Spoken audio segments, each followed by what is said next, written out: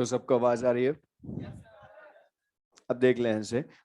तो last class हमने पढ़ा था इलेक्ट्रोलाइसिस के, एक थ्योरी हमने पढ़ी थी, सबको क्लियर है वो? अच्छा ना, जो उसमें इलेक्ट्रोलाइसिस पढ़ा था उसमें हमने क्वेश्चंस भी किए थे। अच्छा, उसके पहले तो मैं मॉड्यूल के क्वेश्चंस बोला था करके लाने के लिए, मैं बोला था उसके क्वेश्चंस अच्छे हैं, वो उसमें भी बहुत अच्छे क्वेश्चंस हैं, तो उनको समझ लेना। जो कॉमन डाउट्स है मैं सबके बता रहा हूँ।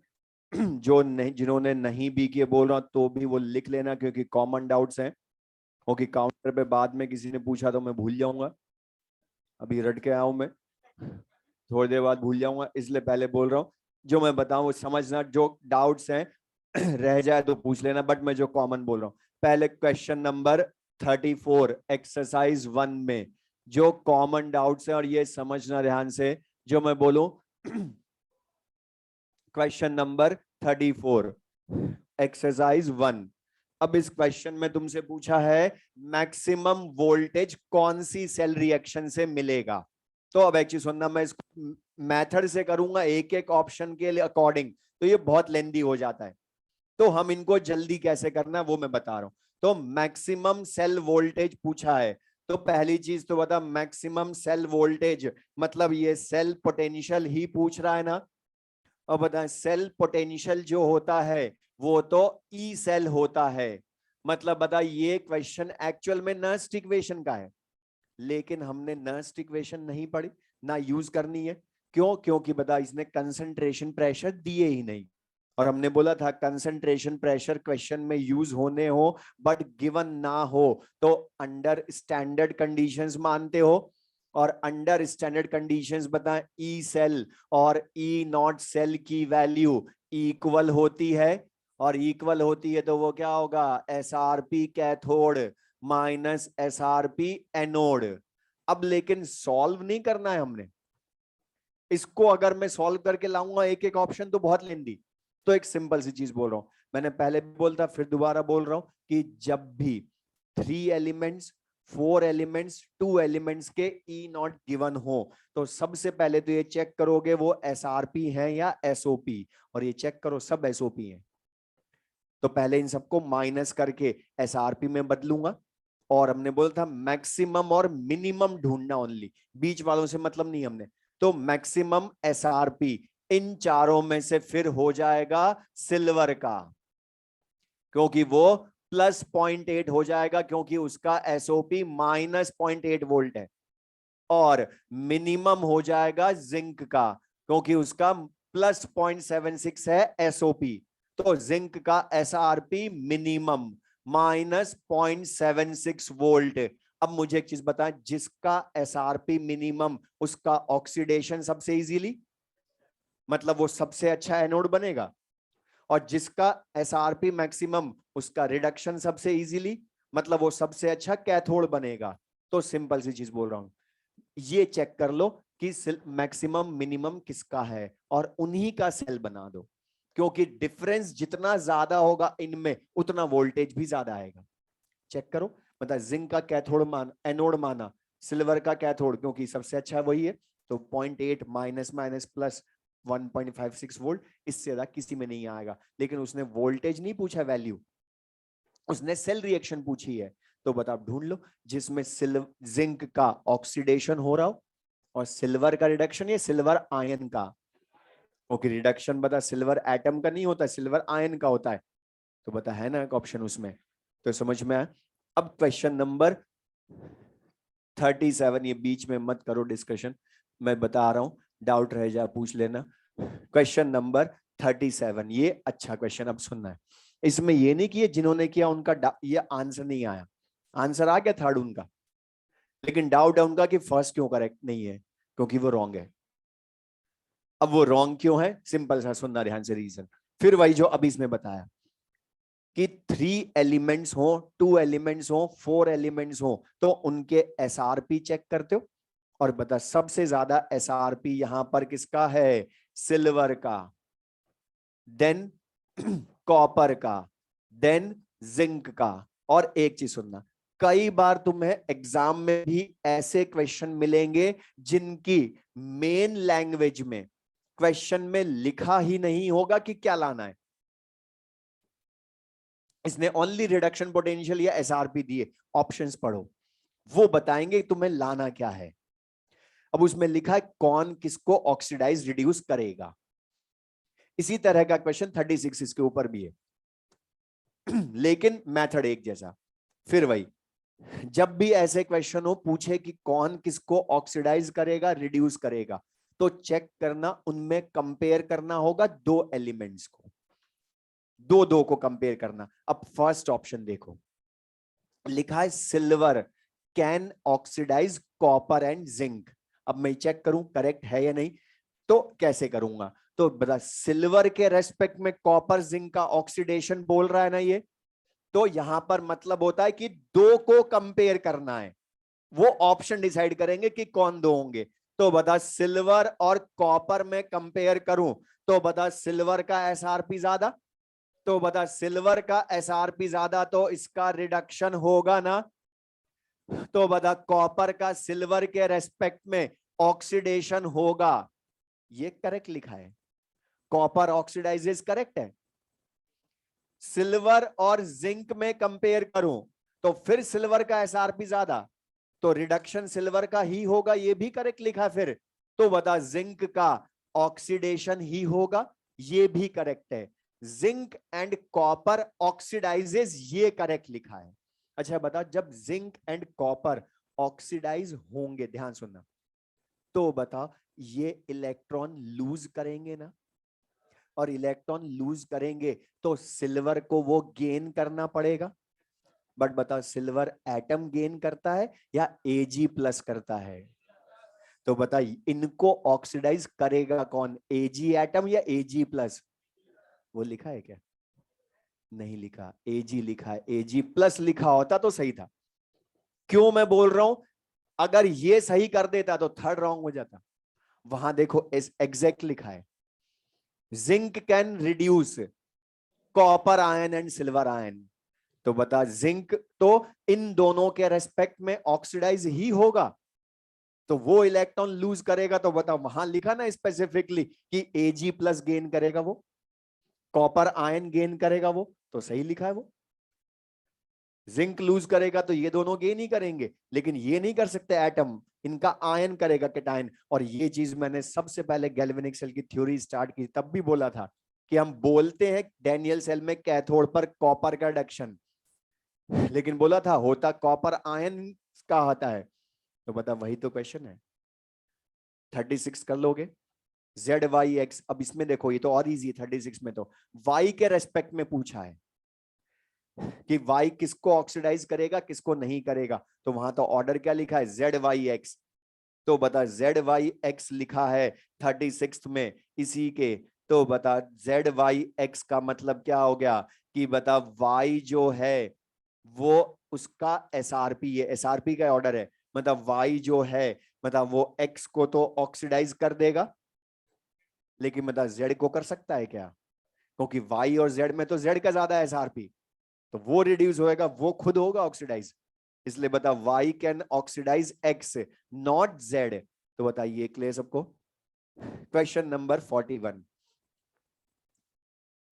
ये समझना ध्यान से, जो ये अच्छे क्वेश्चन भी इन सारे क्वेश्चंस में से ये दो ही सबसे अच्छे थे कंसेप्ट वाइज, 37 और ये 41, क्योंकि हैं छोटे छोटे क्वेश्चन।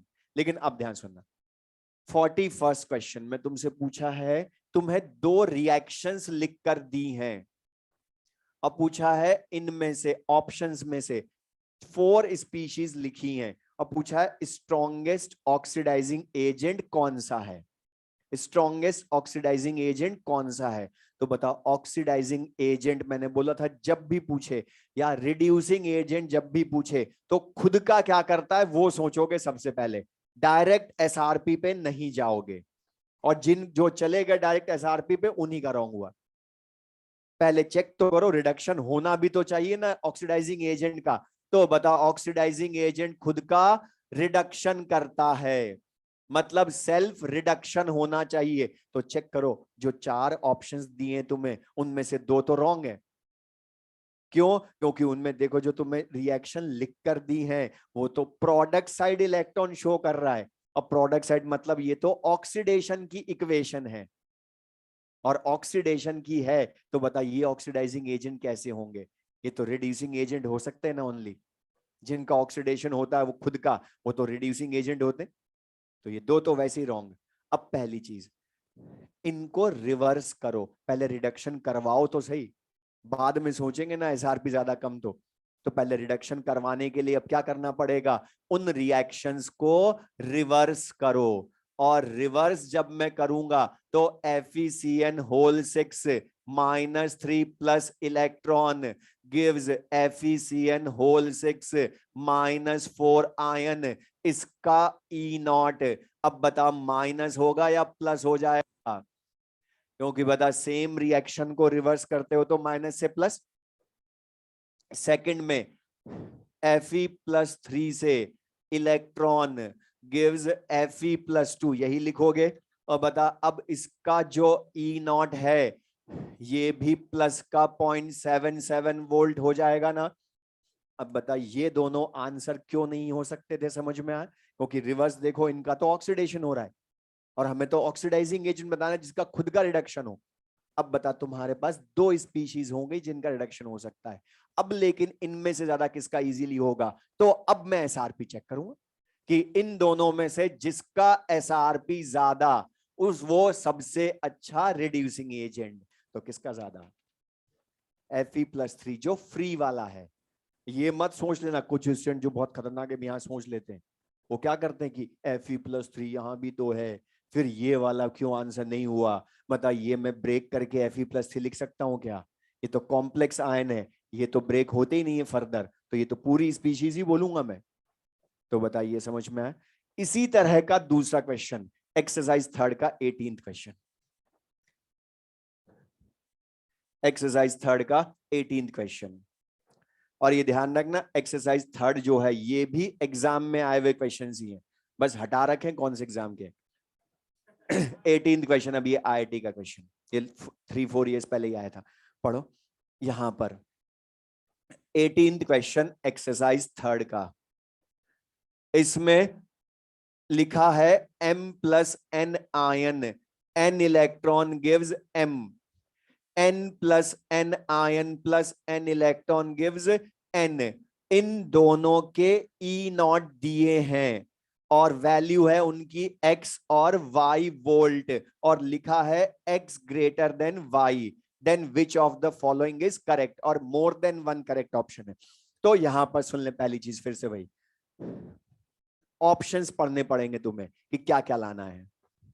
अब इसने तुमसे पूछा कौन अच्छा ऑक्सीडाइजिंग एजेंट है, कौन अच्छा रिड्यूसिंग एजेंट है। तो जैसे मैंने अभी समझाया, बता ऑक्सीडाइजिंग एजेंट पूछूं मैं, अगर ऑक्सीडाइजिंग एजेंट पूछूं तो बता ऑक्सीडाइजिंग एजेंट खुद का क्या करता है, बता फिर से, रिडक्शन। तो बताओ M और N ऑक्सीडाइजिंग एजेंट होंगे क्या? पहले तो बता दो, नहीं हो सकते क्योंकि ये तो ऑक्सीडाइज हो रहे हैं रिवर्स में, देखो तो ये दोनों तो हो ही नहीं सकते। अब बचे ये दोनों। अब बता इनमें से जिसका एसआरपी ज्यादा वो बेटर ऑक्सीडाइजिंग एजेंट। तो बता M+N ion is better oxidising agent than N+N ion, सही लिखा है। अब लेकिन सेकंड में रिड्यूसिंग एजेंट पूछ रहा है, तो बता रिड्यूसिंग एजेंट खुद का रिडक्शन या ऑक्सीडेशन करता है? ऑक्सीडेशन करता है। तो पहले इन रिएक्शंस को रिवर्स करो, और रिवर्स करोगे तो बता जिसका एसआरपी ज्यादा उसका एसओपी कम, जिसका कम उसका एसओपी ज्यादा। तो बता बेटर रिड्यूसिंग एजेंट कौन हो गया? N। समझ में आइए? इसी तरह का क्वेश्चन अब एक्सरसाइज 1 में देख लें वापस। एक्सरसाइज 1 उसमें क्वेश्चन नंबर 54। अब ये जो जिन्होंने किया वो क्वेश्चन उनका सही था, सब कुछ सही करा, लेकिन ढूंढ ढूंढ के मिस्टेक्स। सब कुछ सही करने के बाद रॉन्ग कैसे कर दो तुम लोग, वो इस क्वेश्चन में।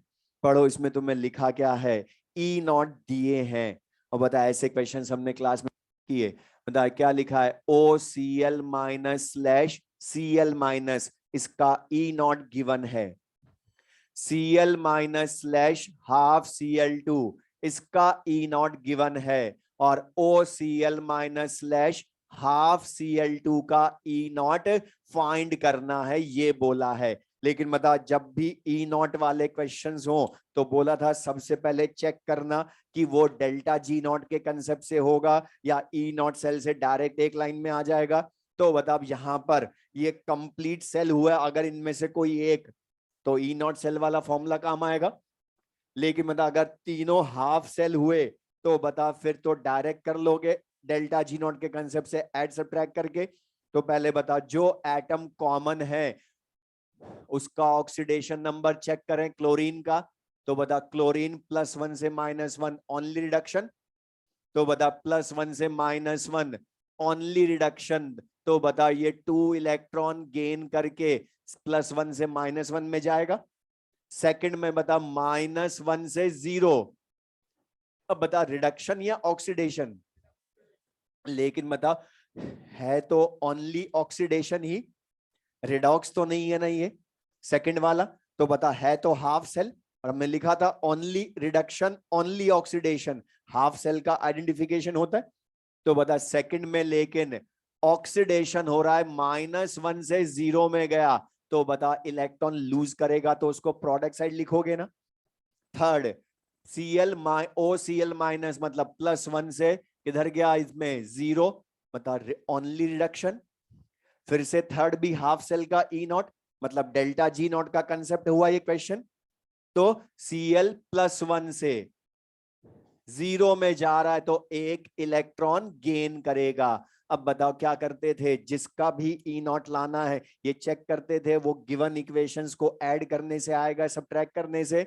तो इक्वेशन 3 जो है वो 1 और 2 को ऐड करने से आएगी। अब ये भी सबने सही कर लिया था बहुतों ने, लेकिन उन्होंने सब्ट्रैक्ट कर दिया। लेकिन सब्ट्रैक्ट क्यों नहीं कर सकता, मतलब इसमें रिएक्टेंट साइड 2 इलेक्ट्रॉन है और सेकंड में प्रोडक्ट साइड है। और बता, मैथमेटिकली सेम स्पीशीज को एक ही तरफ लिखते हो ना। तो बता, इस प्रोडक्ट सेकंड वाले के इलेक्ट्रॉन को मैं रिएक्टेंट साइड लेकर जाऊं तो ये तो अपने आप ही कम हो जाएगा ना, क्योंकि ये इधर आकर माइनस का, तो 2 - 1 1। तो बता, ऐड करो, सब्ट्रैक्ट नहीं कर सकते। क्यों? क्योंकि अगर तुमने बता इस सेकंड वाले इक्वेशन को सब्ट्रैक्ट कर दिया तो ये माइनस इलेक्ट्रॉन इस साइड आकर तो प्लस का 3 इलेक्ट्रॉन हो जाएंगे। तो बस अब तो पता चल गया, ऐड करने पर आता है। तो short trick, N1 E1 not plus N2 E2 not upon N3 direct करेंगे।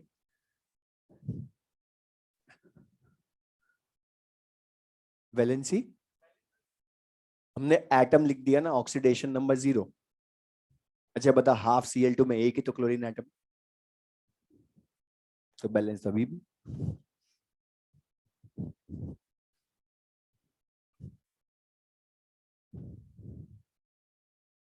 बोलो क्या बोल रहे हो? बिगनर्स बॉक्स तो बाहर पूछ लेना भी मॉड्यूल में, क्योंकि सबने नहीं किए होंगे वो, इसलिए बोल। तो देख ले यहाँ पर क्वेश्चन नंबर 59। अब ये समझना, जिनको एंटीलॉग में प्रॉब्लम हो रही है, एंटीलॉग कैसे लेना है मैं बता देता हूँ। जितने तरह का एंटीलॉग होता है सब बता रहा हूँ, पूरी फिजिकल केमिस्ट्री में कहीं भी काम आए एंटीलॉग लेने के लिए बोलो। हर तरह का एंटीलॉग बता रहा हूँ और आधा तो मैं बता भी चुका हूँ कि एंटीलॉग लेते कैसे हैं। अब दोबारा सुन ले, जैसे ये वाला क्वेश्चन है, बता यहां तुम्हें उसने स्टैंडर्ड ईएमएफ ऑफ सेल दिया है। तो बताओ, हमने पढ़ा है E naught cell is equals to 0.0591/n log equilibrium constant होता है ना। और बता, यहां से वैल्यू पुट करोगे तो लॉग इक्विलिब्रियम कांस्टेंट की वैल्यू 15.4 भी आ गई। ये भी सही है सबका। अब लेकिन सुनना, एंटी लॉग कैसे लेना। ये तो प्लस वाली वैल्यू है, लेकिन इसकी जगह मतलब अगर ये ई नॉट सेल, सुनना ध्यान से, अगर ये ई नॉट सेल नेगेटिव आ जाता तो बता फिर ये लॉग के भी नेगेटिव आता ना। मान लो ये आता -15.4। दो ही तरह के एंटीलॉग मिलते हैं, प्लस वैल्यू का, माइनस वैल्यू का। सबका तरीका एक सिंपल सा, जब भी किसी का एंटीलॉग लेना हो सबसे पहले उस नंबर को लॉग बेस की पावर में लिखते हो, 10 की पावर नहीं बोल रहा हूं, लॉग बेस की पावर। लेकिन हमने बोला था केमिस्ट्री में ओनली लॉग लिखा हो तो लॉग बेस 10 ही मानते हैं, लेकिन लॉग बेस ई होता तो ई की पावर में लिखते। अब यहां पर वापस बोल रहा हूं, इक्विलिब्रियम कांस्टेंट लाना है तो बताओ लॉग बेस की पावर में लिखो जिस नंबर का लाना है। ये प्लस नंबर था इसलिए प्लस पावर आई, माइनस नंबर है तो माइनस पावर आएगी। तो -15.4 पावर, 10⁻15.4 प्लस थी तो प्लस पावर, माइनस था नंबर तो माइनस पावर। अब ध्यान सुनना, मैं तुमसे पूछूं बता लॉग 2 की वैल्यू कितनी होती है अप्रोक्स? 0.3 बोलते हो, 0.30 या 0.3। अच्छा बता लॉग तो ये बेस 10 ही है ना।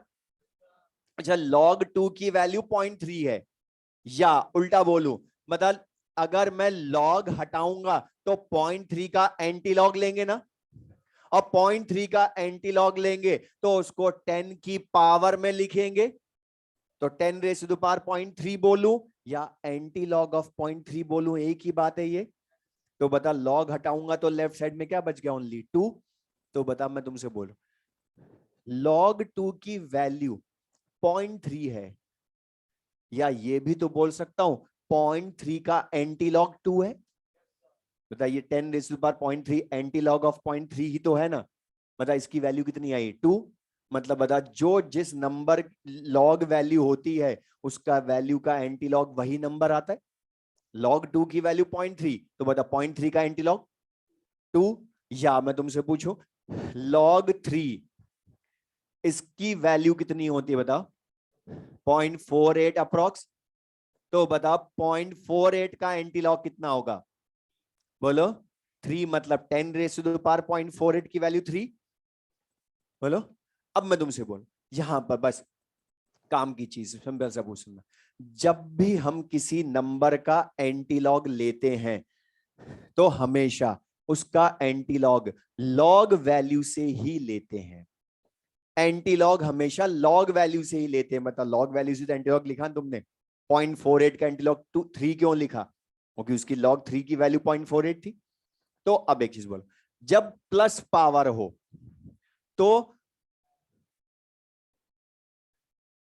जो डेसिमल का पहले वाला नंबर है, बताइए 15 डेसिमल के पहले वाला है, उसको और डेसिमल वाले नंबर को अलग अलग लिख लो पावर में। मतलब 0.4 है उसको अलग अलग लिख लो, लेकिन मतलब हमने नंबर नहीं बदला अभी भी, बेस सेम पावर ऐड करो 15.4 ही है। एंटीलॉग तो उसी का लूंगा लेकिन डायरेक्ट नहीं ले सकता। क्यों नहीं ले सकता? उसका रीजन मतलब 15.4 किसकी लॉग वैल्यू होती है हमें पता है क्या? नहीं पता। तो अब मैं कैसे लाऊं?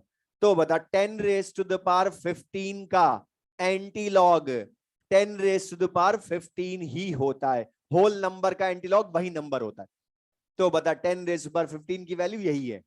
अब और क्यों है उसका रीजन बता। 10⁻15 का मैथमेटिकल सिग्निफिकेंस है, 1 के आगे 15 जीरो, बहुत बड़ी वैल्यू है। लेकिन 10⁻⁴ का मैथमेटिकल सिग्निफिकेंस अब मैं कैसे बताऊं?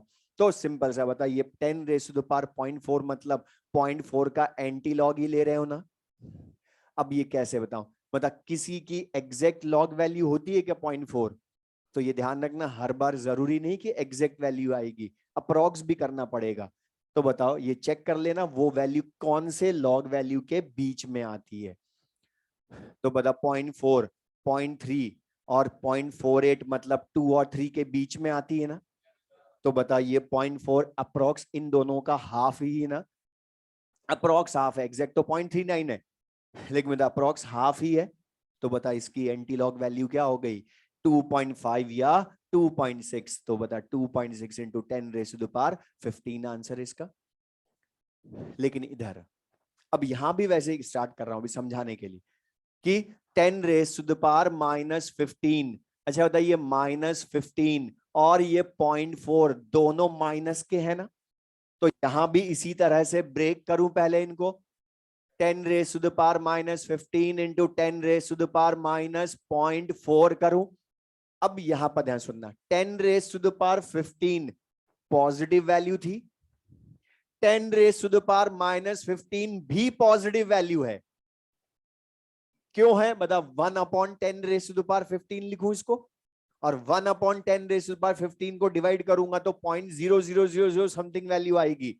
अच्छा बता, डेसिमल में आएगी वैल्यू, तो वो भी होती तो ग्रेटर देन 0 ही है ना। कितनी छोटी वैल्यू हो लेकिन है तो ग्रेटर देन 0। तो बता, ये तो सिग्निफिकेंस है पॉजिटिव। लेकिन बताओ, अभी हमने बोला किसी का एंटीलॉग लेते हो तो लॉग वैल्यू से लेते हो ना।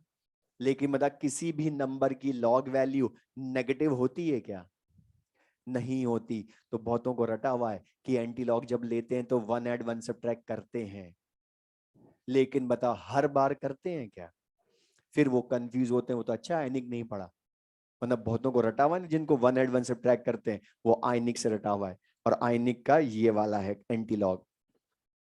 तो यहां ध्यान सुनना, जब नेगेटिव पावर हो तो हमें लॉग वैल्यू को पॉजिटिव करना पड़ता है। क्योंकि बता, अभी -0.4 का एंटीलॉग में ले ही नहीं सकता। तो सिंपल सी चीज बोल रहा हूं, जो डेसिमल के पहले वाला नंबर हो उसको नेगेटिव में 1 से बढ़ा देना। -15 है तो -16, और डेसिमल वाले नंबर को 1 में से सब्ट्रैक्ट कर देना 0.6। और चेक कर लो, हमने पावर अभी भी नहीं बदली, बेस सेम, पावर ऐड करो, -16 + 0.6 -15.4 ही है। क्योंकि नंबर होना बदल सकता हूं मैं, यहां भी वही था, यहां भी वही, अभी भी। अब बताओ 0.6 किसकी लॉग वैल्यू? 4 की। तो इसका एंटीलॉग क्या हो गया? 4 × 10⁻⁻16 लिख भी ले जिनको ध्यान नहीं है। तो बता, इक्विलिब्रियम कांस्टेंट ला सकते हो। तो बता, क्लियर सबको? तो एंटीलॉग लेना भी सिंपल सा है, कोई टफ नहीं है, बस हमको यूज ध्यान से करना है। क्वेश्चंस में जो हमने थ्योरी पढ़ी या एंटीलॉग, बस ये ध्यान रखना। और 1 ऐड 1 सब्ट्रैक्ट क्यों करते हैं? क्योंकि नेगेटिव वैल्यू का एंटीलॉग नहीं ले सकते, इसलिए उसको प्लस करना पड़ता है। लेकिन अगर प्लस पावर ही है तो डायरेक्ट कर लोगे, तब 1 ऐड 1 सब्ट्रैक्ट नहीं करते हम। तो बता, ये चीज क्लियर सबको? ये ठीक है? तो एवरेज ही तो कर, अप्रोक्स। हाँ, तो हमने कब बोला एग्जैक्ट है? हम तो पहले ही बोलते हैं एग्जैक्ट तो 0.6020 होता है log 4। तो तुम एग्जैक्ट करोगे तो 3.9 समथिंग कर लो। हमें इतना क्यों एग्जैक्ट करें? हम ऑप्शन भी तो मिलेंगे ना वहां, ऑप्शन में ढूंढ लेना जो उसके नियरेस्ट वाला हो वो टिक कर देना।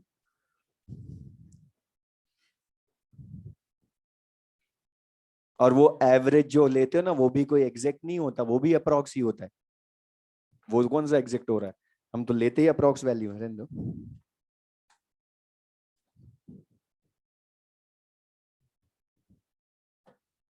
और वो एवरेज तो तब लेते थे जब तुम पहली बार बचपन में, मतलब 11 में पढ़ रहे थे, लॉग एंटी लॉग लेना। अब तो डायरेक्ट करना है, जल्दी करना है हमने।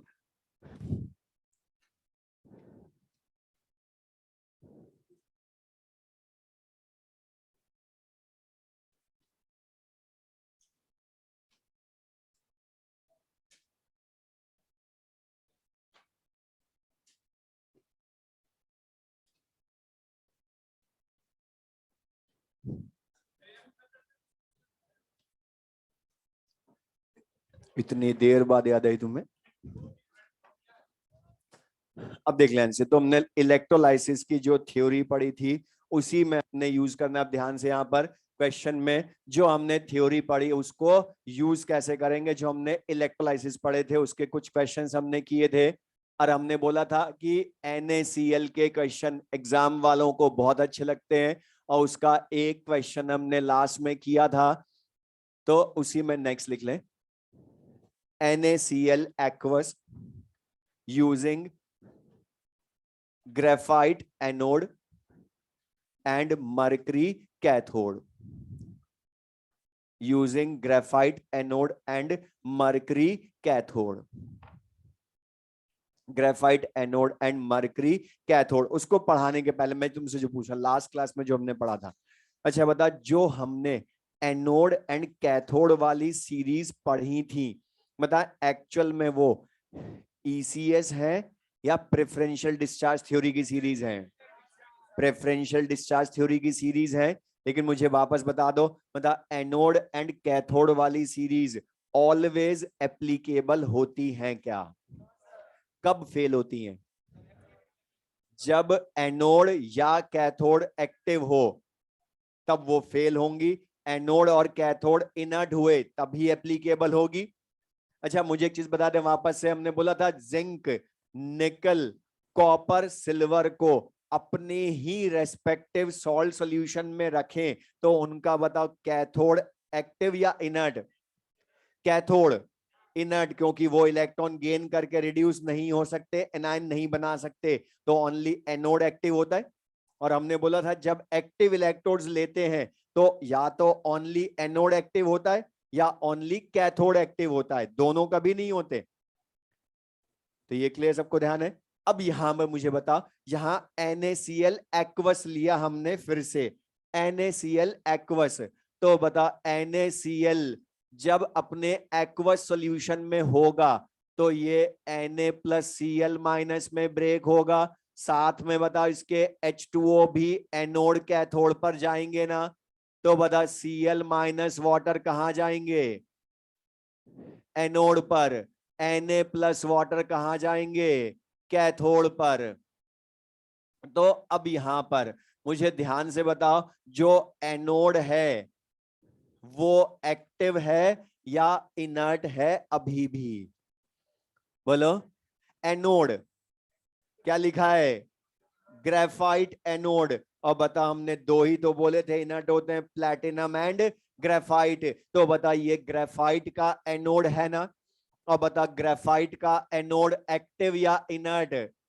और बता इनर्ट है तो एनोड वाली सीरीज एप्लीकेबल होगी ना एनोड पर, मतलब सीबीआई वाली। अच्छा बता Cl- वाला आयन है ना, तो इसी का ऑक्सीडेशन होगा, तो बता Cl- का एक्वस सॉल्यूशन में से ऑक्सीडेशन होगा तो Cl एटम बनेगा, electron lose, but Cl atom is unstable, इसलिए दूसरे से कंबाइन होकर क्या बना लेगी? Chlorine gas. बैलेंस लिखेंगे, लिख भी लें, तो 2Cl- give Cl2 gas plus 2 electron, तो बता एनोड का प्रोडक्ट सेम। अच्छा इसके पहले वाला क्वेश्चन देखो पहले। अच्छा हमने बोला था इलेक्ट्रोड का नेचर बदलता है तब उसका प्रोडक्ट बदलता है ना उस इलेक्ट्रोड का, मतलब उसके पहले वाले में भी प्लेटिनम एनोड इनर्ट था, NaCl का क्वेश्चन जो पहले वाला, तो वहां भी बता एनोड का प्रोडक्ट Cl2 गैस ही है, यहां भी ग्रेफाइट एनोड इनर्ट है तो Cl2 गैस ही है प्रोडक्ट, क्योंकि वो नहीं बदला भी। लेकिन बता कैथोड पर सोडियम आयन वाटर में से, अब ये तो मैंने लिखवाया भी था, मरकरी कैथोड बता सोडियम के लिए एक्टिव होता है ना? क्यों होता है? अमलगम बना लेता है, तो सुन ध्यान से, जब सोडियम आयन और वाटर कैथोड पर जाते हैं तो मरकरी कैथोड जो होता है वो सोडियम आयन को अट्रैक्ट करता अपनी तरफ। क्यों? क्योंकि यहां पर सोडियम अमलगम बनता है तो Na+ एक्वस का रिडक्शन होता है मरकरी कैथोड की प्रेजेंस में, क्योंकि ये इसके साथ मिक्स होकर, लिख भी लें, सोडियम अमलगम बना लेता है।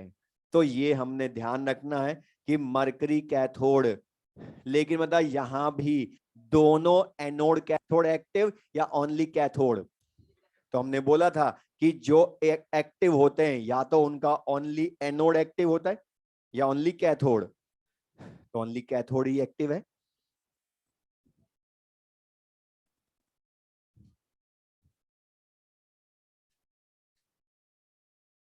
अब ये जो मरकरी कैथोड है इसके लिए भी हमें ध्यान रखना है कि ये कौन कौन से आयन के लिए एक्टिव होता है, क्योंकि हमने जैसे बताया, मैंने बोला था जिंक, निकल, कॉपर, सिल्वर को अपने ही रेस्पेक्टिव सॉल्ट सॉल्यूशन में रखते हैं तो उनका ओनली एनोड एक्टिव, लेकिन मरकरी कैथोड भी कुछ आयन के लिए एक्टिव होता है, और रीजन सबका एक ही, क्योंकि सबके साथ वो अमलगम बनाता है। तो लिख ले वो नोट, कौन कौन से आयंस के लिए इसका कैथोड एक्टिव होता है मरकरी का, लिख ले। Mercury cathode, mercury cathode is active, is active for for, board पर लिख लें, Na plus Mg plus 2 and Zn plus 2 ions.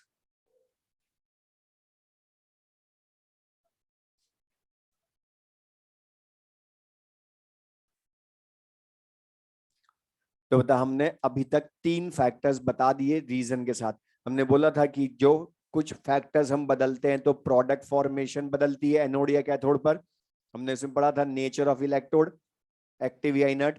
दूसरा, इलेक्ट्रोड बदलूं तो प्रोडक्ट बदलते हैं। थर्ड बता था हमने, एक्वस सोल्यूशन ले रहे हो या मॉल्टन, उससे प्रोडक्ट। एक और फैक्टर बोला था, कंसंट्रेशन ऑफ इलेक्ट्रोलाइट सोल्यूशन। तो अब मैं उसका भी क्वेश्चन बता रहा हूं, उसके लिख लें बोर्ड पर से। नेक्स्ट क्वेश्चन,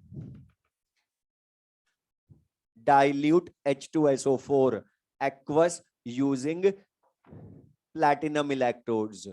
और इसी का फिर हम दूसरा क्वेश्चन करेंगे, concentrated H2SO4 aqueous using platinum electrodes।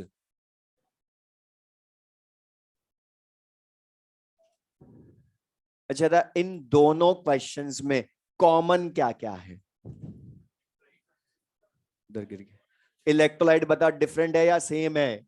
H2SO4 same electrolyte है ना? इलेक्ट्रोड्स का नेचर बदला क्या? बता, इलेक्ट्रोड भी सेम, लेकिन बता चेंज क्या करा? कंसंट्रेशन। और बता, हमने बोला था जब एक फैक्टर बदलते हैं तो ये अंडरस्टूड होता है कि रिमेनिंग फैक्टर सेम रखेंगे। तो बता, आपके इलेक्ट्रोड नहीं बदले ना, इलेक्ट्रोड बदला, ओनली कंसंट्रेशन बदली। लेकिन अभी मैं सिंपल सा तुमसे क्वेश्चन पूछा, जो हम पढ़ चुके उसके अकॉर्डिंग बताना। अभी ये कंसंट्रेटेड डाइल्यूट भूल जाओ, ओनली इतना सा बोलू, H2SO4 का नॉर्मल सॉल्यूशन है। H2SO4 का नॉर्मल सॉल्यूशन है। तो बता, H2SO4 का नॉर्मल सॉल्यूशन, तो ये स्ट्रॉन्ग एसिड है ना, तो आयंस में एक्वा सॉल्यूशन में 100% ब्रेक, तो H प्लस आयन और सल्फेट आयन देगा।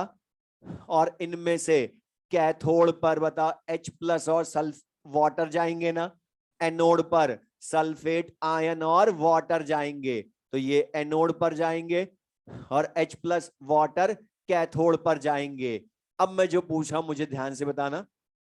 बता, हमने एक चीज बोली थी लास्ट क्लास में कि जब प्योर वाटर होता है तो उसमें H प्लस OH आयन होते हैं ना, लेकिन बता उनको ऑक्सीडेशन रिडक्शन में कंसिडर नहीं करते क्योंकि वो नेग्लिजिबल होते हैं, वाटर के H प्लस OH आयन। लेकिन बता, अभी यहां पर ये H प्लस आयन वाटर का है या एसिड का है? तो बता, अब इसको तो कंसिडर करूंगा ना रिडक्शन या ऑक्सीडेशन में मैं। तो बोला था अगर प्योर वाटर के H प्लस OH आयन को हम कंसिडर नहीं करते, ओनली एसिड बेस सॉल्ट के करते हैं कंसिडर। तो बता, अब यहां पर मैं तुमसे पूछूं, नॉर्मल सॉल्यूशन है ये, तो बता दो at anode at cathode H plus और वाटर में से किसका रिडक्शन? बता, जो हमने कैथोड वाली सीरीज लिखी थी H प्लस आयन छापा मेटल आयंस के जस्ट पहले लिखा था, तो बता इनके रिड्यूसिंग टेंडेंसी ज्यादा, तो H2 गैस मिल जाती। CBI वाली सीरीज भी काम आएगी क्योंकि इनर्ट इलेक्ट्रोड नॉर्मल सॉल्यूशन, तो बता वाटर का ऑक्सीडेशन, O2 गैस मिल जाती। अब लेकिन इस नॉर्मल सॉल्यूशन को अब मैं डाइल्यूट करूंगा, तो पहली चीज डाइल्यूट या वेरी डाइल्यूट बोले। अब तो पहली चीज तो बता, डाइल्यूट करूंगा तो कंसंट्रेशन बदलूंगा ना, मतलब एनोड का कैथोड वाली सीरीज फेल, क्योंकि वो तो नॉर्मल कंडीशंस में होती है। हमने बोला था कंसंट्रेशन बदलू या इलेक्ट्रोड बदलू तो वो काम नहीं आनी। अब सिंपल सा बताना, जो हम डाइल्यूशन पढ़ चुके हैं स्टार्टिंग में इस चैप्टर में, उसी से बताना कंसेप्ट से। मतलब डाइल्यूट कर रहे हो इसको, और मैं तुमसे बोलूं हमने H2SO4 का जो नॉर्मल सॉल्यूशन लिया था उसको बहुत ज्यादा डाइल्यूट कर दिया, तो बता बहुत ज्यादा पानी मिला दिया, और बहुत ज्यादा पानी मिलाया तो बता वॉल्यूम ऑफ सॉल्यूशन कम होगा या बहुत ज्यादा बढ़ जाएगा? और बता वॉल्यूम ऑफ सॉल्यूशन बढ़ जाएगा तो बता मोलैरिटी ऑफ H2SO4 सॉल्यूशन बढ़ेगी या बहुत कम हो जाएगी? जितने टाइम्स वॉल्यूम बढ़ाओगे उतने ही टाइम्स मोलैरिटी ऑफ H2SO4 कम हो जाएगी ना। ये तो हम पढ़ चुके, molarity inversely proportional to volume. तो बता मोलैरिटी कम हो गई तो कंसंट्रेशन ऑफ H2SO4 कम हुई। तो बता जब H2SO4 की कंसंट्रेशन मतलब मोल पर लीटर कम हो गए तो H प्लस सल्फेट आयन की भी तो कंसंट्रेशन कम होगी ना आप सॉल्यूशन में। तो बता इनकी availability H plus sulphate ion की जितनी बिफोर डाइल्यूशन थी उतनी ही रहेगी या पहले से बहुत कम हो जाएगी। मतलब जब H2SO4 की मोलैरिटी कम हुई कंसंट्रेशन कम हुई तो H प्लस सल्फेट आयन की भी कंसंट्रेशन बहुत कम। बोलो। तो बता availability of H plus sulphate ion decreases. बोलो। H प्लस सल्फेट आयन की अवेलेबिलिटी कम। अच्छा पानी मिला रहे हो तो H प्लस सल्फेट आयन की कम हुई तो बता किसकी बढ़ गई। वाटर की भी तो साथ में बढ़ गई। इन दोनों की कम हुई लेकिन साथ में वाटर मॉलिक्यूल्स की अवेलेबिलिटी बढ़ गई। क्यों? क्योंकि तुमने पानी मिलाया तो बता H2O मॉलिक्यूल्स ही बढ़ा दिए ना उसमें। तो बता नंबर ऑफ H2O मॉलिक्यूल्स बढ़ गए। अब मुझे बताओ कंसंट्रेशन में क्यों वो फेल होती है उसका सिंपल सा रीजन। यहां पर दो चीजें हो गई पानी मिलाने पर। एक तो वाटर की अवेलेबिलिटी बढ़ी साथ में H plus sulphate ion of acid भी कम हो गए। तो बता जो ज्यादा हो जाएगा वही डोमिनेंट हो जाएगा ना फिर। तो बता फिर सीरीज की जरूरत कहाँ है वो। क्योंकि जो डोमिनेंट हो गया वो अपना इफेक्ट शो करेगा अब। तो बताओ एनोड पर ऑक्सीडेशन और कैथोड पर रिडक्शन किसका होगा। बोलो। वाटर का ही होगा। तो सिंपल सी चीज बोल रहा हूं जब डाइल्यूट या वेरी डाइल्यूट बोले तो एनोड कैथोड पर H2O का ही ऑक्सीडेशन H2O का ही रिडक्शन करवा देना। मतलब बताओ अवेलेबिलिटी या जो रिडक्शन ऑक्सीडेशन है वो बदल गए ना। लिख लें। तो बता एट एनोड वाटर का ऑक्सीडेशन तो O2 गैस प्रोडक्ट मिलेगी। सॉल्यूशन में H प्लस आयन डिसॉल्व हुए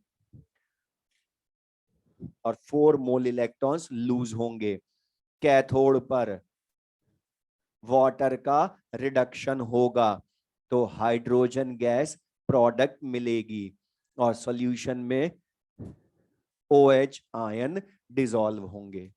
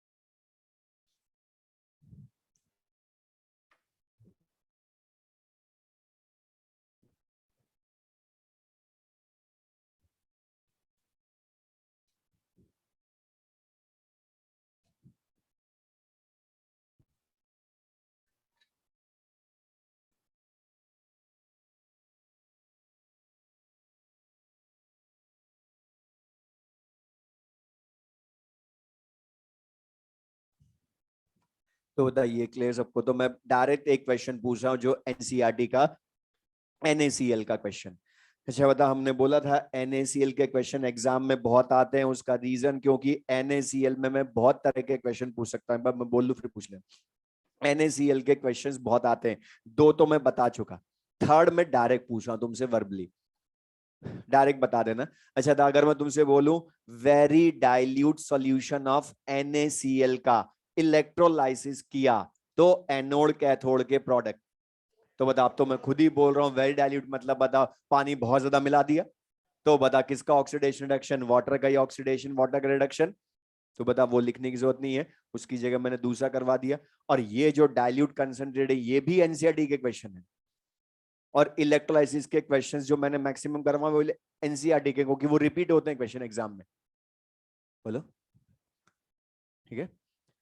तो देख ले यहां पर ध्यान से क्वेश्चन में यहां पर ये क्लियर है। अब तुम मुझे बताओगे, डाइल्यूट का मैंने समझा दिया H2SO4 का इलेक्ट्रोलाइसिस, तो बता डाइल्यूट में जिसकी अवेलेबिलिटी ज्यादा वही डोमिनेंट होता है ना। तो अब मैं तुमसे क्वेश्चन पूछ रहा हूं, बता कंसंट्रेटेड, ये भी लिख लेना, concentrated H2SO4 aqueous using platinum electrodes. अच्छा बता, नॉर्मल सॉल्यूशन को H2SO4 के कंसंट्रेटेड करोगे तो बता आपके पानी मिलाओगे या H2SO4 के मोल मिलाओगे? क्योंकि आपके उसकी कंसंट्रेशन बढ़ानी है तो मोल बढ़ाने पड़ेंगे ना पर लीटर। तो बता H2SO4 जब मैं मिलाऊंगा नॉर्मल सॉल्यूशन में तो उसको कंसंट्रेटेड H2SO4 बोलोगे। अब बताओ किसकी अवेलेबिलिटी ज्यादा होगी, वाटर की या H प्लस सल्फेट आयन की? जिसको मिला रहे उसी की अवेलेबिलिटी ज्यादा। तो बता यहां डोमिनेंट कौन हो जाएंगे, वाटर या H प्लस सल्फेट आयन? बता जिनकी अवेलेबिलिटी बढ़ेगी वही डोमिनेंट। तो बता H प्लस सल्फेट आयंस की अवेलेबिलिटी अब कंसंट्रेटेड में इंक्रीज हो जाएगी, तो availability of H plus sulphate ion ज्यादा। तो बता यहां कैथोड पर, अब बता कैथोड पर H प्लस वाटर में से किसका रिडक्शन? तुमसे पूछा, बता वाटर का या H प्लस आयन का? H प्लस आयन का। और रिडक्शन होगा तो बता प्रोडक्ट क्या मिलेगी, हाइड्रोजन गैस मिलेगी, लिबरेट होगी। रुक जाओ सुन लो यहां पर।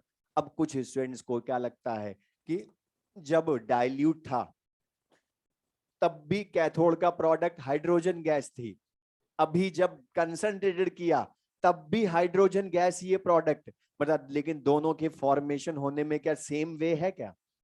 यहां वाटर का रिडक्शन हुआ, साथ में OH आयन भी मिले, यहां नहीं मिल रहे। तो यहाँ H प्लस आयन का हो रहा है, तो बता नेचर तो इलेक्ट्रोड बदल या कंसंट्रेशन बदलने पर रिएक्शन तो अलग तरह से हुई ना। दूसरा, अब बता एनोड पर होना किसका चाहिए था, वाटर का, लेकिन बता वाटर का होगा या सल्फेट आयन का?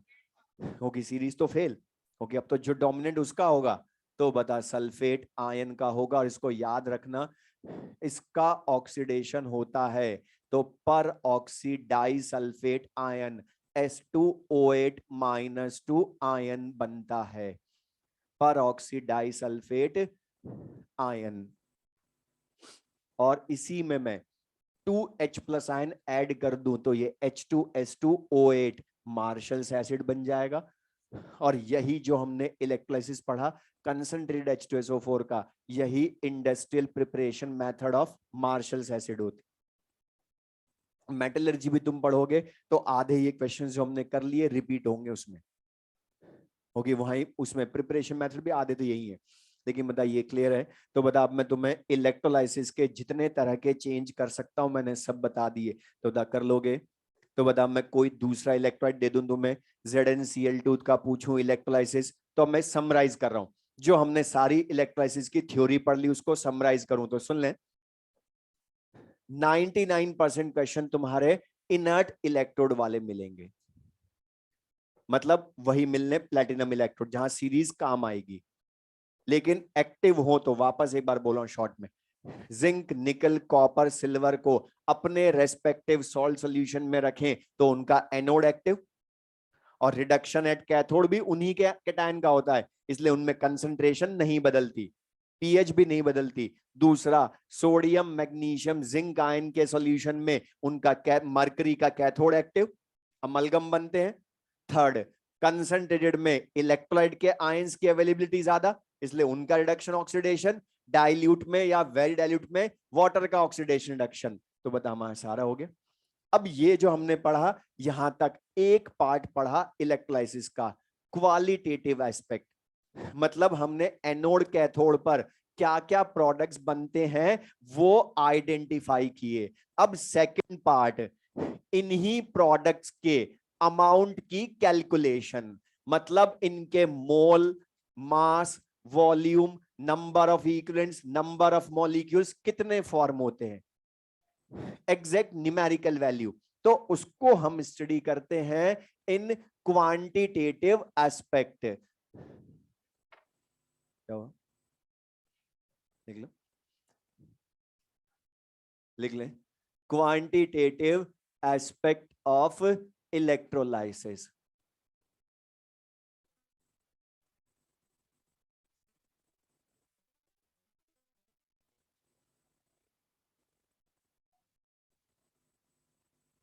Quantitative aspect of electrolysis.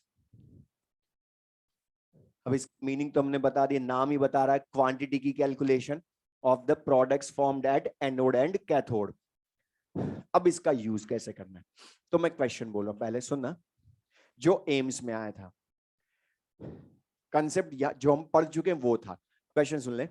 मैं तुमसे बोलूं क्वेश्चन में कि अगर बता मुझे सोडियम मेटल डिपॉजिट करवानी है, तो मुझे बता दे NaCl मॉल्टन का इलेक्ट्रोलाइसिस करवाऊं या NaCl एक्वस का। आराम से बताना, NaCl मॉल्टन के इलेक्ट्रोलाइसिस से सोडियम मेटल मिलेगी या NaCl एक्वस के?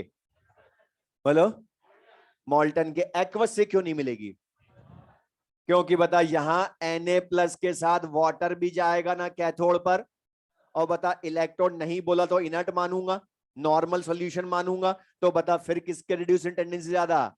वाटर की, मतलब सोडियम मेटल मिलेगी ही नहीं, तो किसका लेना पड़ेगा? मॉल्टन। अब क्वेश्चन भी इसी पर बेस्ड था। उसने क्वेश्चन पूछा था, 4 मेटल्स लिखी थी ऑप्शंस में, और पूछा था विच of the following metal can not be obtained by the electrolysis of its aqueous solution. ये एम्स का क्वेश्चन, और उसमें था एक ऑप्शन कैल्शियम मेटल। तो बता वो करेक्ट था, क्योंकि बता जो हमने सीरीज पढ़ी कैथोड वाली या ECS पढ़ी, उसमें बता H2O के पहले ही आता है ना कैल्शियम, तो बता उसका रिडक्शन या वाटर का रिडक्शन? तो बता, पता चल गया। जो आंसर है वही बोलूंगा, तो लिखो द मेटल्स, जो मैंने लिखवाया वो लिख लें। The metals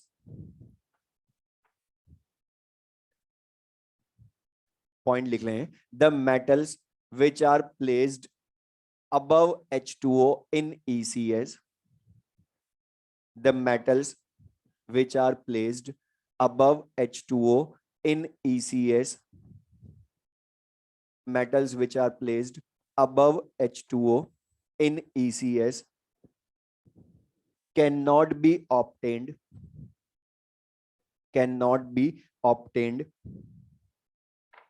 by the electrolysis of its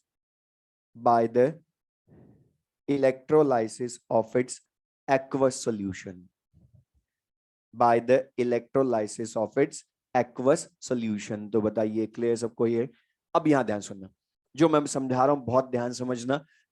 जो देख लें कि क्वेश्चन है इलेक्ट्रोलाइसिस के, जो मैं क्वांटिटी की कैलकुलेशन करवाऊंगा प्रोडक्ट्स की, उनके 2 मेथड हैं सारे क्वेश्चंस के सॉल्व करने के।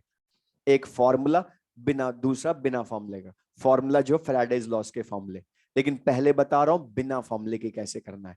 तो ध्यान सुनना, जब भी तुम्हें किसी सब्सटेंस के डिपॉजिट लिबरेट होने के लिए कुछ भी कैलकुलेशन करवाए और बिना फॉर्मूले के करने की इच्छा हो, तो जो प्रोडक्ट फॉर्म हो रहा है, मतलब जो सब्सटेंस डिपॉजिट या लिबरेट हो रहा है, उसके फॉर्मेशन की इक्वेशन लिखना, जो हम एनोड कैथोड पर लिखते थे वो लिख लेना, तुम्हारा क्वेश्चन हो जाएगा। जैसे मैं क्वेश्चन बोल रहा हूं, आंसर भी मैं ही बताऊंगा, तुम बस सुनना ध्यान से।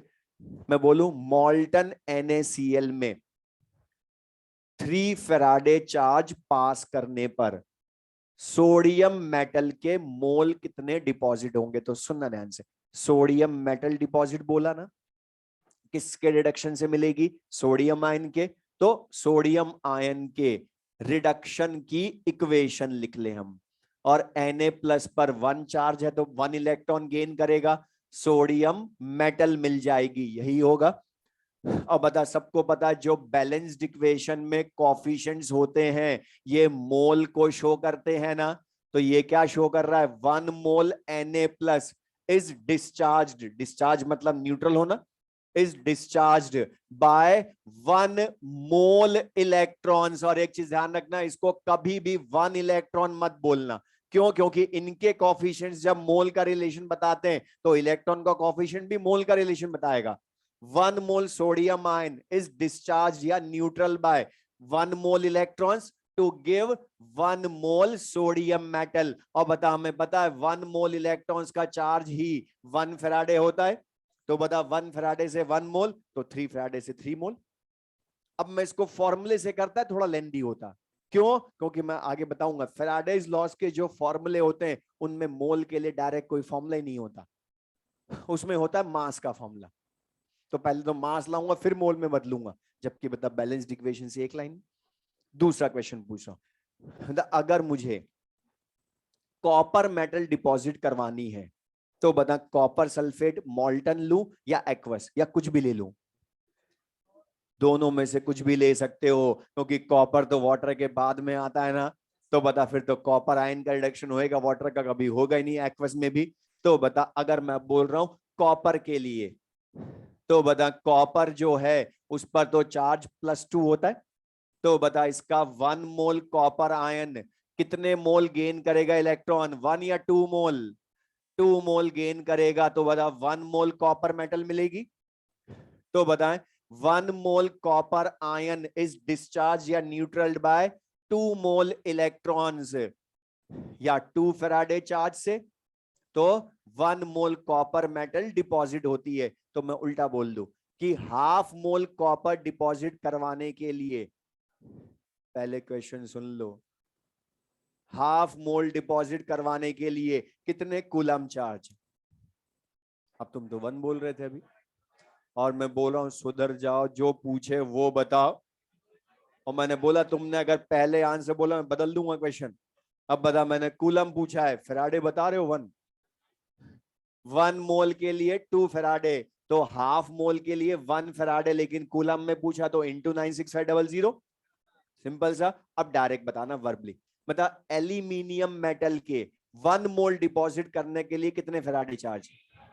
तो Al+3+3 electron gives aluminium metal, तो भी डायरेक्ट बता सकते हैं अब तो। अब मैं इसको जनरलाइज करें हम, ओके अलग अलग सबके लिए लिखेंगे तो बहुत टाइम लगता है, तो जनरल हम एक कंक्लूजन बनाएंगे। अब मैं अज्यूम कर लूं कोई एलिमेंट है M, अब इसका चार्ज 1 2 3 4 5 6 कुछ भी हो सकता है। तो मैं अज्यूम कर रहा हूं N चार्ज है। तो बताइए N मोल इलेक्ट्रॉन गेन करके 1 मोल सब्सटेंस डिपॉजिट लिबरेट, अच्छा मैंने क्या बोला, डिपॉजिट या लिबरेट करेगा, क्योंकि हर बार मेटल ही बने कोई जरूरत नहीं है प्रोडक्ट, गैस भी बन सकती है, तो वो तो इवॉल्व होती है। तो लिबरेटेड भी बोल सकता हूं, डिपॉजिटेड या लिबरेटेड।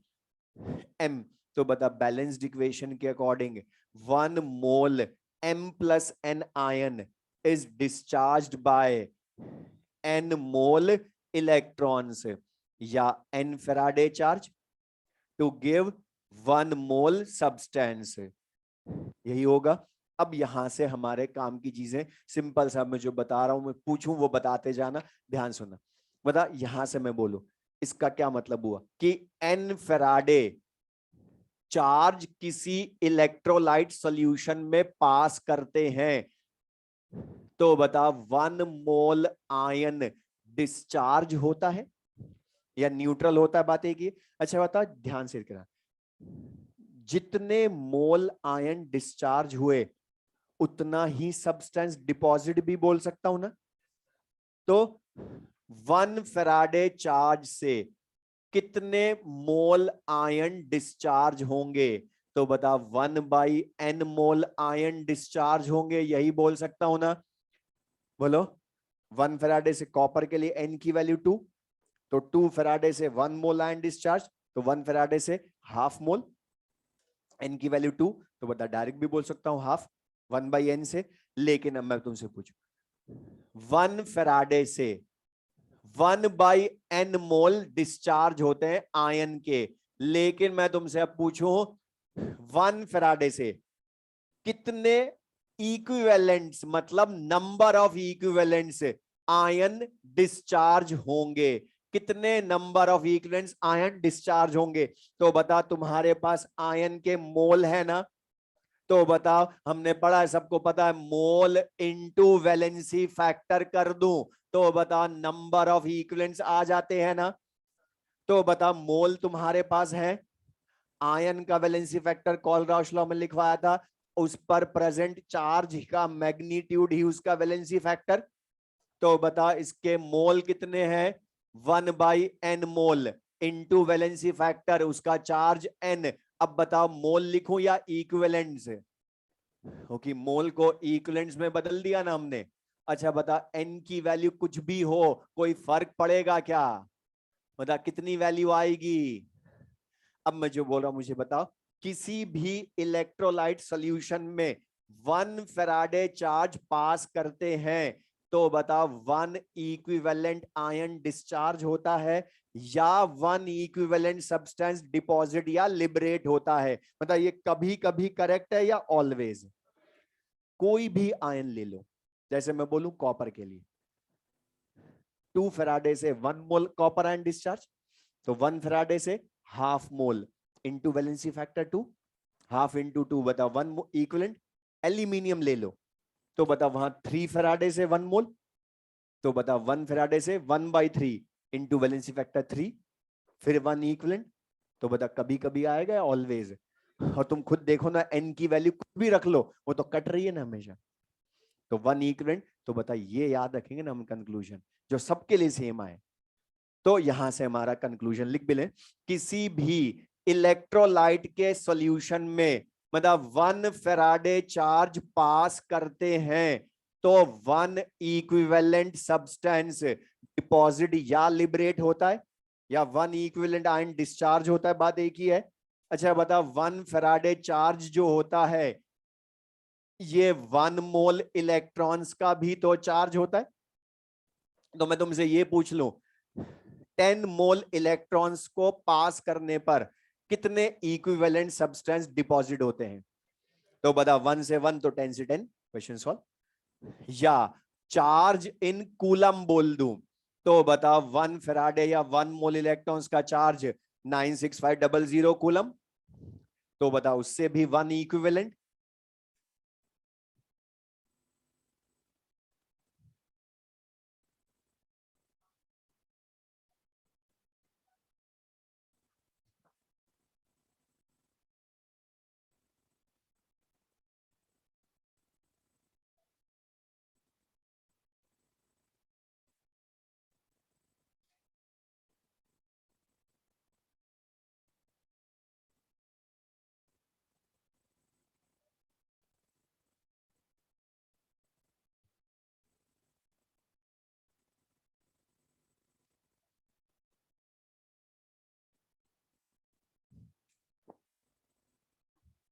अच्छा दादा सबको पता, लिख लिख के बता दो, ये तो बचपन से पढ़ रहे हो मोल कंसेप्ट। अच्छा दादा, किसी भी सब्सटेंस के 1 मोल का मास कितना होता है? 1 मोल का मास ऑफ अ सब्सटेंस को बता, मोलर मास बोलते हो ना? लेकिन मोलर मास हम दो तरह का बोलते हैं, मॉलिक्यूलर वेट इन ग्राम भी हो सकता है या एटॉमिक वेट इन ग्राम भी हो सकता है। रुक जा, सुनी लो इसका रीजन क्यों मैंने बोला दो तरह का। यहां दोनों काम आएंगे हमारे क्वेश्चन में, फॉर्मूले में भी ये काम आएगा, टाइम बचाएगा हमारा कैलकुलेशन का। अच्छा बताओ, अगर एटम मेटल हुई तो बता मेटल तो एटम फॉर्म में ही डिपॉजिट होगी ना, फिर उसके 1 मोल का मास तो एटॉमिक वेट इन ग्राम बोलूंगा ना। लेकिन बता गैसेज हुई H2N2O2Cl2, तो बता वो तो मॉलिक्यूल फॉर्म में है ना, तो उनके 1 मोल का मास किसके इक्वल बोलूंगा? मॉलिक्यूलर वेट के। अब तुम ही मुझे बता दो, मतलब जब 1 मोल सब्सटेंस का मास है, मॉलिक्यूलर वेट या एटॉमिक वेट इन ग्राम है, मतलब मोल के लिए मॉलिक्यूलर वेट, तो तुम ही बता दो किसी भी सब्सटेंस के 1 इक्विवेलेंट सब्सटेंस का मास क्या होता है? मोल के लिए मॉलिक्यूलर वेट तो इक्विवेलेंट के लिए, जो तुम इक्विवेलेंट वेट पढ़ते हो नॉर्मेलिटी में, तुमने सॉल्यूशंस में यूज भी किया, मतलब वो इक्विवेलेंट वेट किसका मास होता है? 1 इक्विवेलेंट का ही तो मास या वेट होता है वो। तो लिख लें ये भी, 1 इक्विवेलेंट सब्सटेंस का मास उसका ई ग्राम होता है। और ये जो इक्विवेलेंट वेट होता है, मतलब ये तो हमें ही लाना पड़ता है ना हमेशा, क्वेश्चन देता नहीं है, वो हमें ही फाइंड करना पड़ता है। और बता इक्विवेलेंट वेट लाने के लिए क्या करते हो? जनरल फॉर्मूला तुम्हें सबको याद भी है ये तो, मॉलिक्यूलर वेट या atomic weight upon valency factor. लेकिन हमने यहाँ दो चीजें लिखी हैं, मॉलिक्यूलर वेट या atomic weight upon valency factor. ये क्यों लिखी, सुन लो इसका रीजन भी, मॉलिक्यूलर वेट या atomic weight upon valency factor क्यों लिखा? अब बता, जब भी ये फॉर्मूला यूज करो इक्विवेलेंट वेट का, तो सबसे पहले ध्यान से चेक करना कि जो जिस सब्सटेंस का तुम ई लाने वाले हो वो एटम है या मॉलिक्यूल है। क्योंकि बता, मॉलिक्यूल हुआ तो molecular weight by valency factor करोगे ना, एटम हुआ तो atomic weight by valency factor, metal के लिए atomic weight by valency factor, gas के लिए molecular weight by valency factor. क्योंकि वो तभी तो डिसाइड करोगे कौन सा फॉर्मूला यूज करें। दूसरा, एक और चीज तुम्हें ध्यान हो, तुमने रिडॉक्स में भी ये फॉर्मूला यूज किया था, ऑक्सीडाइजिंग एंड रिड्यूसिंग एजेंट का। मैं वहां का एक छोटा सा क्वेश्चन पूछ रहा हूं ना, तुमने वहां पर जब भी वैलेंसी फैक्टर लाए उसको हमेशा 1 मोल स्पीशीज के लिए ही फाइंड किया, 1 मोल के लिए ही फाइंड किया। क्यों तुमने किया था 1 मोल के लिए, क्यों करा था? रीजन लिखा है साथ में उसके, चीटिंग करनी है ध्यान से। अच्छा बता, वैलेंसी फैक्टर से किसको डिवाइड कर रहे हो, मॉलिक्यूलर वेट या एटॉमिक वेट को? अच्छा ये कितने मोल का मास है? तो बता, जब ये 1 मोल का मास है तो जिससे डिवाइड करूंगा वो भी तो 1 मोल का ही होएगा। तो सिंपल सा रीजन साथ में लिखा होता है उसके, तो रीजन कि जब ये 1 मोल का मास है तो ये भी 1 मोल का ही होना चाहिए, तभी तो डिवाइड कर पाऊंगा। अच्छा बता, ये जो स्पीशीज होती है, लिख बेले, लिखते लिखते बता दो। बता, ये जो वैलेंसी फैक्टर होता है, बता ये डिफरेंट स्पीशीज का सेम होता है या डिफरेंट स्पीशीज का डिफरेंट डिफरेंट होता है? और ये तुम पढ़ चुके, बहुत चैप्टर्स में यूज भी कर चुके, तो डायरेक्ट बस बताते जाओ वर्बली। द एसिड का बोलो, number replaceable H plus ions मतलब बेसिसिटी, बेस के लिए acidity, replaceable OH negative ions, salt के लिए टोटल पॉजिटिव चार्ज। चार्ज मत बोलो, वो आयन का होता है, चार्ज तो उसका आयन का होता है ना वैलेंसी फैक्टर, अभी तुमने किया यूज।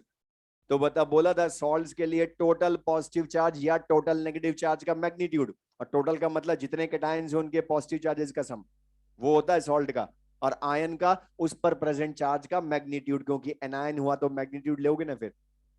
और एक और जो किसी और चैप्टर में काम नहीं आता, फैराडेज लॉज में काम आएगा या इलेक्ट्रोलाइसिस के न्यूमेरिकल में काम आएगा, वो बताऊंगा।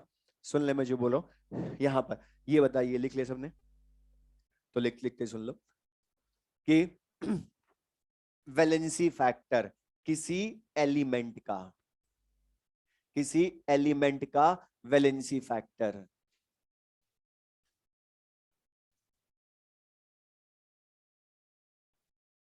वो होती है उसकी टोटल वैलेंसी।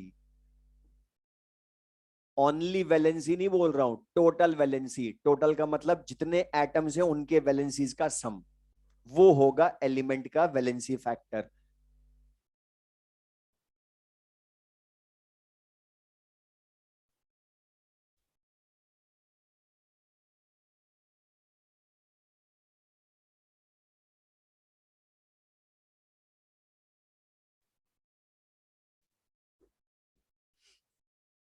अच्छा मैं सिंपल से पहले तो यही बता दो, इसमें जो तुमने लिखा ना वैलेंसी फैक्टर एलिमेंट का, पहले तो यही बताओ एलिमेंट का मीनिंग क्या होता है, पहले तो वही बताओ, बाकी तो बाद की बात है। और ये बचपन से पढ़ रहे हो, ये 9th क्लास में आता है। और तुमसे कोई छोटा बच्चा पूछ ले भैया भैया बता दो, तो क्या बताओगे उसको? तो भैया को ही नहीं पता।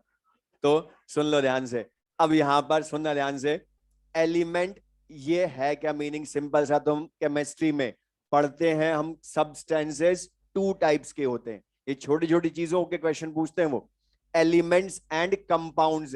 एटम्स एंड मॉलिक्यूल्स नहीं बोलते हैं सब्सटेंस, एलिमेंट्स एंड कंपाउंड्स। और कंपाउंड्स का मतलब है डिफरेंट टाइप्स ऑफ एटम से जो कम सब्सटेंस बने, मतलब जैसे H2SO4, H2O, CO2, अमोनिया, मतलब सब में more than 1 type of atoms हैं, तो ये कंपाउंड्स हैं। जबकि एलिमेंट्स वो सब्सटेंस जिनमें सेम टाइप ऑफ एटम से बने, इसलिए इसमें देखो दोनों तरह के हैं, एटम भी है, ये मेटल तो एटम फॉर्म में रहती है ना, बहुत सारे एटम सेम के ही होंगे ना इसमें, H2O2N2Cl2 same type of atom से बने ये मॉलिक्यूल, लेकिन है एलिमेंट कंबाइंडली दोनों। तो एलिमेंट का मतलब सेम टाइप ऑफ एटम से बने। डिफरेंट टाइप्स ऑफ एटम से बनेंगे कंपाउंड्स, सिंपल सा मीनिंग। अब इनका वैलेंसी फैक्टर, इनकी टोटल वैलेंसी, तो बता सोडियम का वैलेंसी फैक्टर 1, उसकी वैलेंसी 1 ही होती है। अच्छा, मैग्नीशियम का वैलेंसी फैक्टर 2, कैल्शियम का, सुधर जाओ, कैल्शियम पूछ रहा हूं, सुन भी नहीं रहे, रट लिया कि यही पूछूंगा एल्यूमिनियम, सुन तो लो कम से कम ध्यान से। तो यहां पर अब मैं इसलिए बोलता हूं सुनना ध्यान से, तुम एग्जाम में ये नहीं कि नहीं आता है तो क्वेश्चन रॉन्ग करके आता है, नहीं आता तो करके नहीं आते, रॉन्ग क्या करोगे, लेकिन जो आता है उसमें खुशी खुशी में। तो बताइए, ध्यान रखो।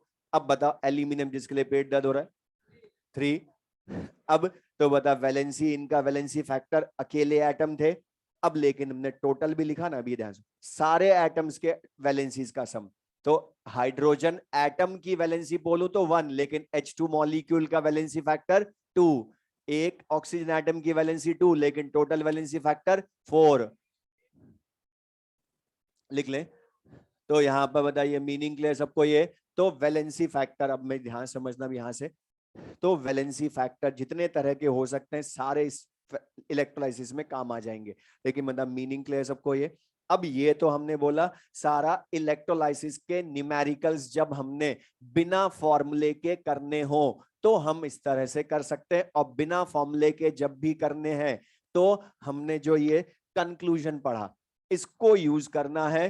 अच्छा, मैं तुमसे इसी जो सामने लिखा इसमें एक चीज ऐड करने वाला हूं, उसके पहले मुझे बता दो, किसी इलेक्ट्रोलाइट सॉल्यूशन में 1 फैराडे चार्ज पास करते हो तो बताओ 1 इक्विवेलेंट सब्सटेंस डिपॉजिट लिबरेट होता है। अब क्वेश्चन सुनना मैं जो बोल रहा हूं, किसी इलेक्ट्रोलाइट सॉल्यूशन में 1 फैराडे चार्ज पास करते हैं तो बताओ 1 इक्विवेलेंट सब्सटेंस डिपॉजिट लिबरेट होता है ना। लेकिन मैं अब ये पूछूं, किसी इलेक्ट्रोलाइट के सॉल्यूशन में 1 फैराडे चार्ज पास करने पर कितने ग्राम सब्सटेंस डिपॉजिट या लिबरेट होता है। मतलब ग्राम मतलब मास पूछा ना मैंने, तो बताओ 1 इक्विवेलेंट होता है, लेकिन 1 इक्विवेलेंट का मास ई ग्राम, मतलब इक्विवेलेंट वेट के इक्वल मास डिपॉजिट या लिबरेट होता है, ये भी बोल सकता हूं ना। तो ये भी ऐड करना उसमें, ये हमारे क्वेश्चन करवाएगा बिना फॉर्मूले के। लेकिन अब फॉर्मूले से भी कई क्वेश्चन जल्दी होते हैं, और वो फॉर्मूलेज कौन से हैं, फैराडेज लॉस के।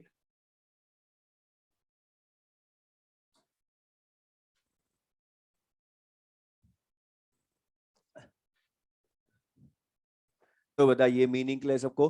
तो किसी भी, और ये जो कंक्लूजन है, किसी भी, बीच में मत बोलो, किसी भी इलेक्ट्रोलाइट सॉल्यूशन में 1 फैराडे चार्ज पास करते हैं तो बताओ 1 इक्विवेलेंट सब्सटेंस या ई ग्राम सब्सटेंस डिपॉजिट या लिबरेट होता है। अब ये इसी कंक्लूजन से हम फैराडेज लॉस भी बनाते हैं, इन्हीं कंक्लूजन से। अच्छा, मैं तुमसे क्वेश्चन ही पूछ रहा हूं, सामने जो लिखा उसे बताना।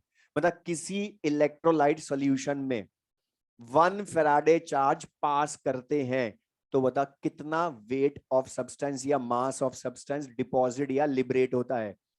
ई ग्राम होता है ना। तो बता 2 फैराडे करूं तो 2 ई ग्राम, 10 फैराडे करूं तो 10 ई ग्राम, मतलब क्या देख रहे हो तुम, जब मैंने ज्यादा चार्ज पास किया 10 फैराडे तो 10 ई ग्राम ज्यादा मास मिला, कम फैराडे पास किए 2 फैराडे तो 2 ई ग्राम मिला। मतलब बताओ जितना चार्ज ज्यादा पास कर रहे हैं उतना डब्ल्यू ज्यादा, मतलब वेट ज्यादा, जितना कम कर रहा हूं उतना कम, मतलब दोनों एक दूसरे के डायरेक्टली प्रोपोर्शनल हुए ना। यही फैराडेज फर्स्ट लॉ है। ठीक है। The mass of the mass of substance the mass of substance deposited or liberated, the mass of substance deposited or liberated at an electrode, at an electrode is directly proportional to the is directly proportional to the charge is directly proportional to the charge passed through the passed through the electrolyte solution, through the electrolyte solution, through the electrolyte solution। तो बता, अब यहाँ simple सा law है ये, तो बोलो W weight of substance या मास ऑफ सब्सटेंस डिपॉजिटेड या लिबरेटेड है, Q चार्ज हमने पास किया Q कूलम में, तो बता W और Q एक दूसरे के प्रोपोर्शनल, जितना Q ज्यादा उतना W ज्यादा, जितना Q कम उतना W कम, जो दिख रहा है वहां से। और प्रोपोर्शनलिटी साइन हटाएंगे तो कांस्टेंट आएगा ना, और उसको हम रिप्रेजेंट करते हैं Z। तो बता W इक्वल्स टू ZQ या W इक्वल्स टू ZIT बोल सकते हैं हम। तो लिख लो फॉर्मूला। तो फेराडेज फर्स्ट लॉ का सिंपल सा फॉर्मूला, और इसमें जो Q है हमें सबको पता है, इन कूलम लेते हैं, करंट इन एम्पियर लेते हैं, टाइम इन सेकंड लेते हैं, क्योंकि एम्पियर सेकंड ही कूलम होता है। तो टाइम इन सेकंड तो यहीं पर चेंज करने की जगह, तो ये चेक कर लेना जब भी फेराडेज फर्स्ट लॉ का फॉर्मूला यूज करो तो टाइम इन मिनट या आर तो नहीं दे दिया, क्योंकि दिया होगा तो सेकंड में चेंज करेंगे।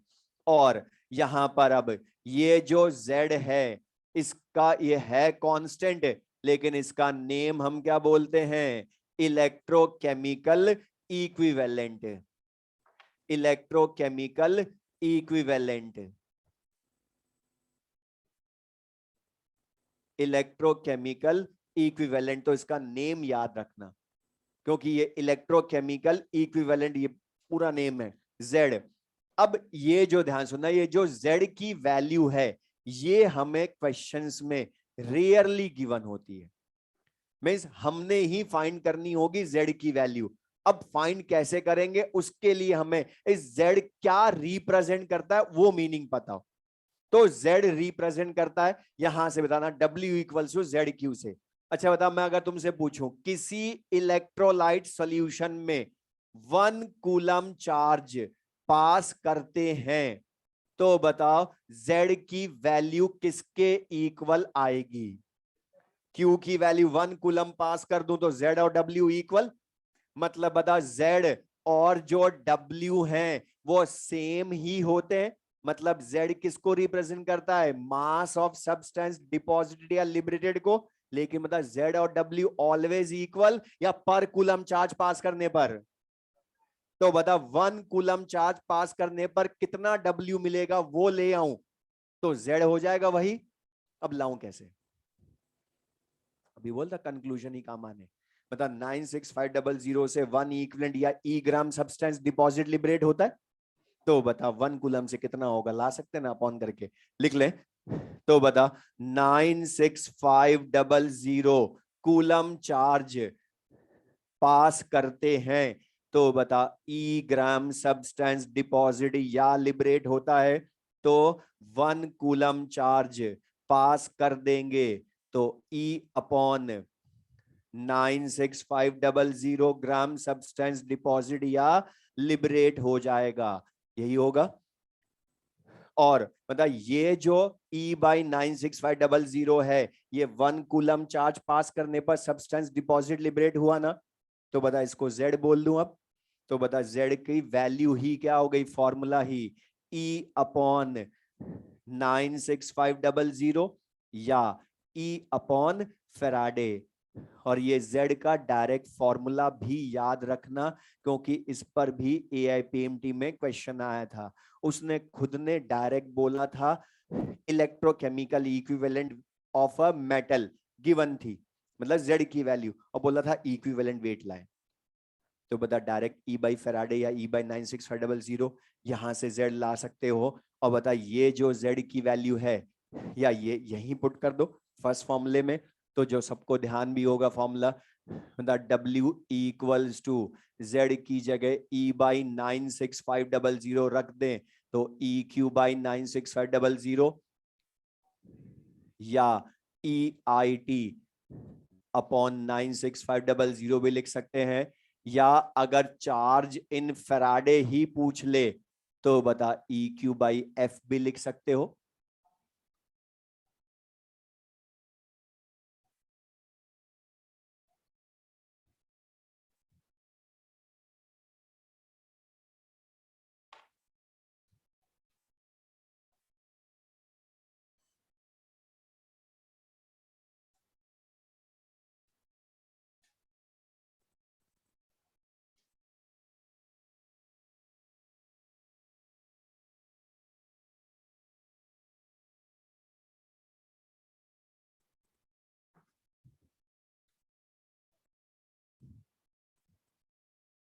अब जो हमने फैराडेज फर्स्ट लॉ बोला था, इसका सिंपल सा फॉर्मूला, किसी सब्सटेंस का मास डिपॉजिटेड लिबरेटेड बोले तो W equals to EQ by 96500 या EIT बाई 96500, लेकिन फैराडे हो तो EQ by F, simple.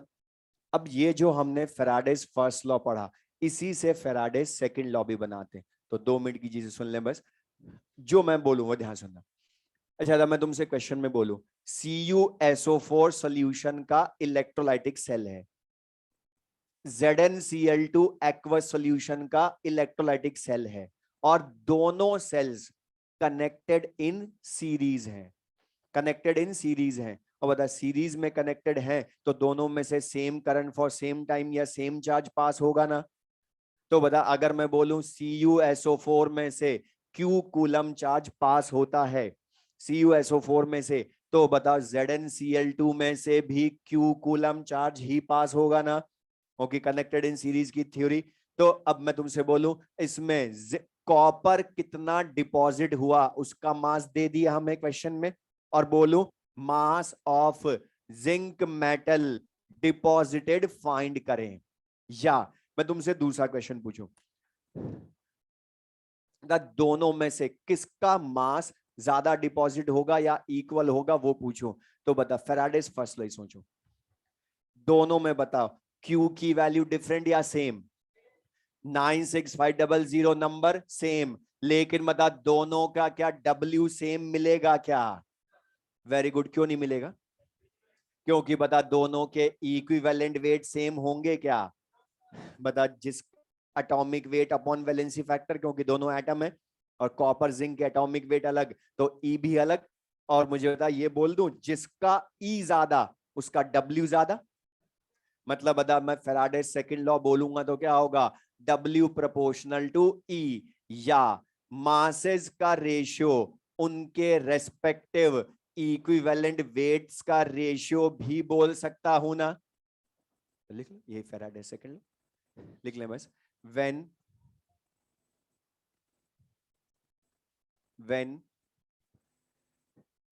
same charge when same charge is passed through when same charge is passed through different electrolyte solutions when same charge is passed through different electrolyte solutions connected in series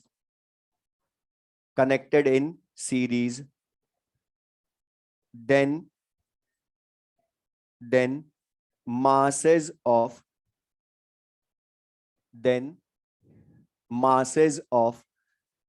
substances deposited or liberated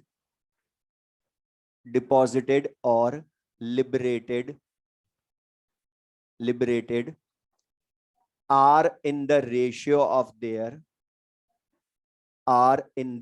ratio of their respective equivalent weights तो बताइए, clear सबको? मतलब W proportional to E भी बोल सकता हूं, या masses का रेशियो इक्विवेलेंट वेट का रेशियो, लिख लें फॉर्मूला। तो बता, फैराडे सेकंड लॉ भी फर्स्ट लॉ पता है, तो सेकंड लॉ उसी से बनाया। अब लेकिन बता, इन दोनों फॉर्मूलेज में कॉमन चीज बता, दोनों में इक्विवेलेंट वेट काम आएगा ना। बता, जो हमने 1 फैराडे वाला कंक्लूजन पढ़ा उसमें भी इक्विवेलेंट वेट E ग्राम काम आता है। और बता, इक्विवेलेंट वेट लाने के लिए तुम्हें मॉलिक्यूलर वेट या atomic weight upon valency factor, लेकिन बता मॉलिक्यूलर वेट भी तभी ला सकते हो जब एटॉमिक मासेस का सम करो। और एक चीज ध्यान रखना, एग्जाम में या मॉड्यूल में जो कॉमनली यूज्ड एलिमेंट्स होते हैं उनके एटॉमिक वेट वो कभी नहीं देगा, एग्जाम में भी नहीं देता, मेन एग्जाम में भी। तो कभी भी एग्जाम के भरोसे मत चले जाना कि वहां तुम्हें एटॉमिक वेट मिलेंगे कॉमनली यूज एलिमेंट्स के। क्योंकि तुम एग्जाम के भरोसे चले गए क्वेश्चन के भरोसे, तो हो सकता है तुम्हारा भरोसा टूट जाएगा। तो ये एटॉमिक वेट्स जो कॉमनली यूज एलिमेंट्स है मैंने वो सब लिखवा दिए, ठीक है, तो उनको ध्यान रख लोगे। और इसके बस मुझे न्यूमेरिकल करवाना है तो नेक्स्ट क्लास में हम कर लेंगे। और एक चीज बोल रहा हूँ टेस्ट का सिलेबस जहां तक हम पढ़ लेंगे बस वहीं तक आएगा, ठीक है, मतलब पूरा चैप्टर ही आएगा, तो बाकी नेक्स्ट क्लास में पढ़ेंगे।